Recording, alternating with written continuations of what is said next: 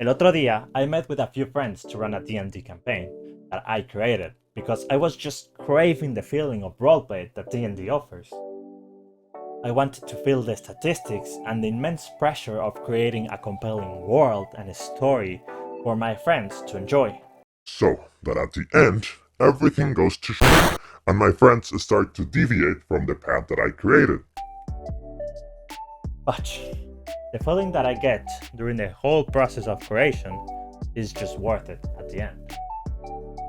So, aside of rethinking my whole life because humans, and especially friends, are just unpredictable during D&D campaigns, a very interesting question came to my mind. What is the natural evolution of games? This is going to sound very boomer, but on my time I did not have video games to keep me entertained all day as a kid. I obviously watched TV, but I had many traditional games from my country that I played. Games like Cogidas, Quemados, La Soga, La Cocinita, La Rayuela, El Florón collect and buy many games that are native from my country, and I love traditional games as much as I love video games. But as I want to become a UX designer, or at least a UX video game designer, I noticed that I'm playing the same games as a kid. They just evolved. Let me prove this to you.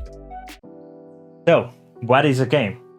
A game by definition, and by definition I mean by Google, is a physical or mental competition conducted according to rules with the participant or participants in direct opposition with each other. So, what this means is just two people or more trying to beat a set rule set.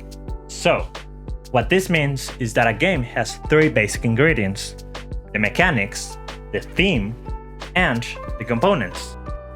Mechanics, which are the rules and interactions of a game as a system. The theme, which is how the game is perceived or felt, either with aesthetics or storytelling. And the third component, which is the physical manifestation of a game, which are dice or cards or a controller, anything that is required to play a game. Let's take one of the most competitive games ever created: rock, paper, and scissors. The main mechanic of this game is having two or more people facing each other and simultaneously choose between rock, paper, or scissors. And depending on the choice, a winner is decided based on that. Rock beats scissors, scissors beats paper, and paper beats rock. This premise may look harmless and innocent, but to win this, you must be mentally prepared to corner your opponent into an unsafe state with trick minds, or develop a strategy to overcome this.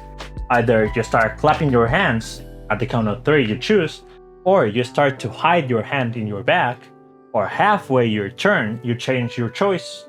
So you start to develop a strategy and try to corner the opponent into your traps. Now let's make our own game of choice and evolve it.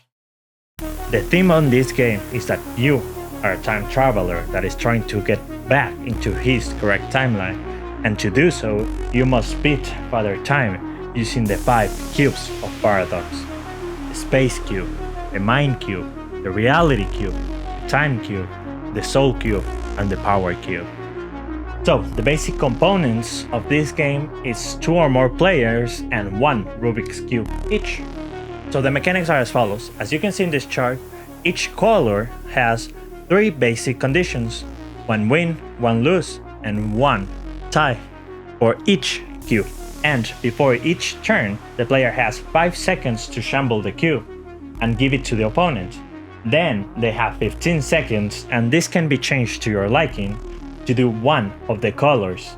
And after 15 seconds, both show the color done, and the winner is decided based on the paradox cube mechanic. Get ready for the next battle.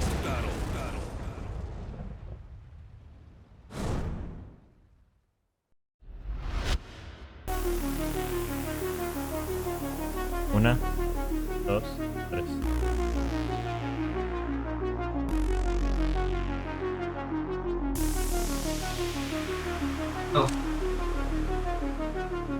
acaba el tiempo, Bob Esponja. Ahí está. Tiempo. Tiempo. Ok. A 3 segundos, güey. A 3 segundos. Ok. A la cuenta de 3. 1, 2, 3. Rojo. Y gané. A huevo que gané.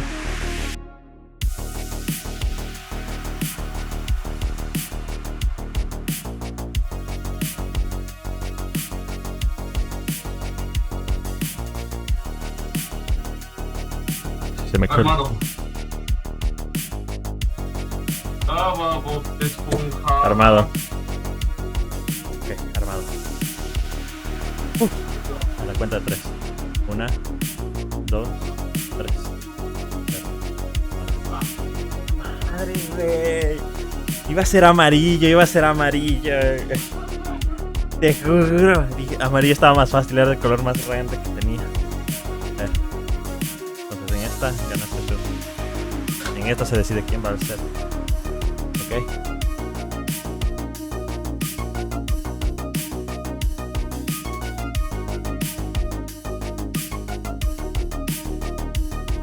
Armado. Ok. A la cuenta de 3. 1, 2, 3. Rojo. ¡Puta virga, güey!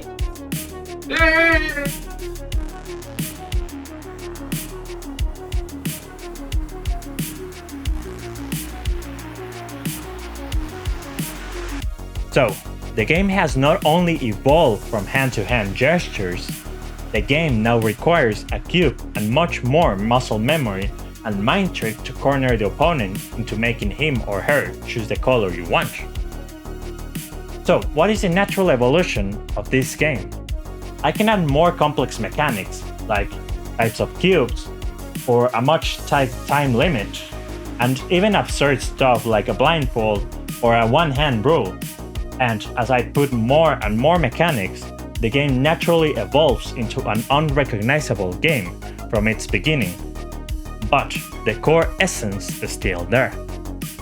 So, what does this rock, paper, scissors evolve in today's modern era? Look at one of the most competitive video game genres ever created.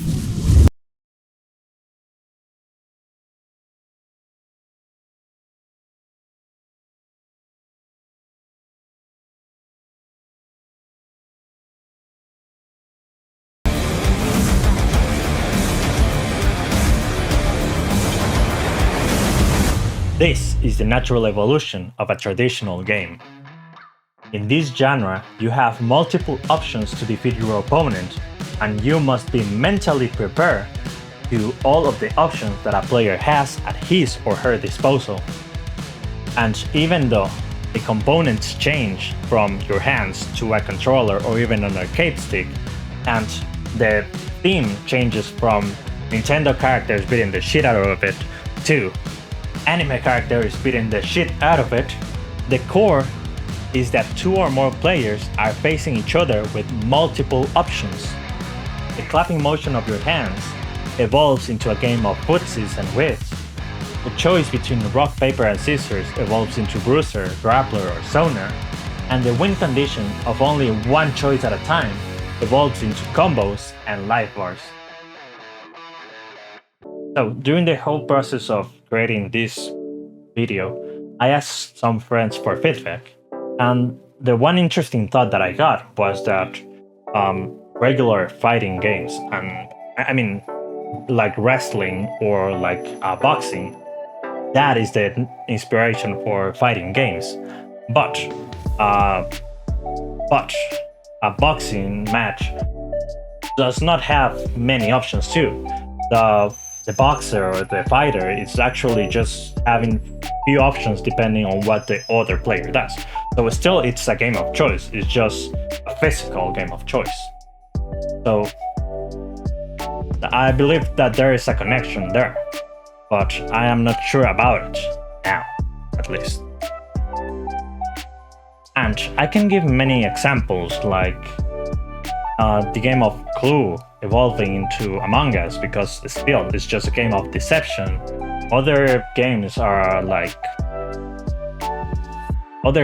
like traditional football, which is a team-based game, evolve into either League of Legends or Overwatch even,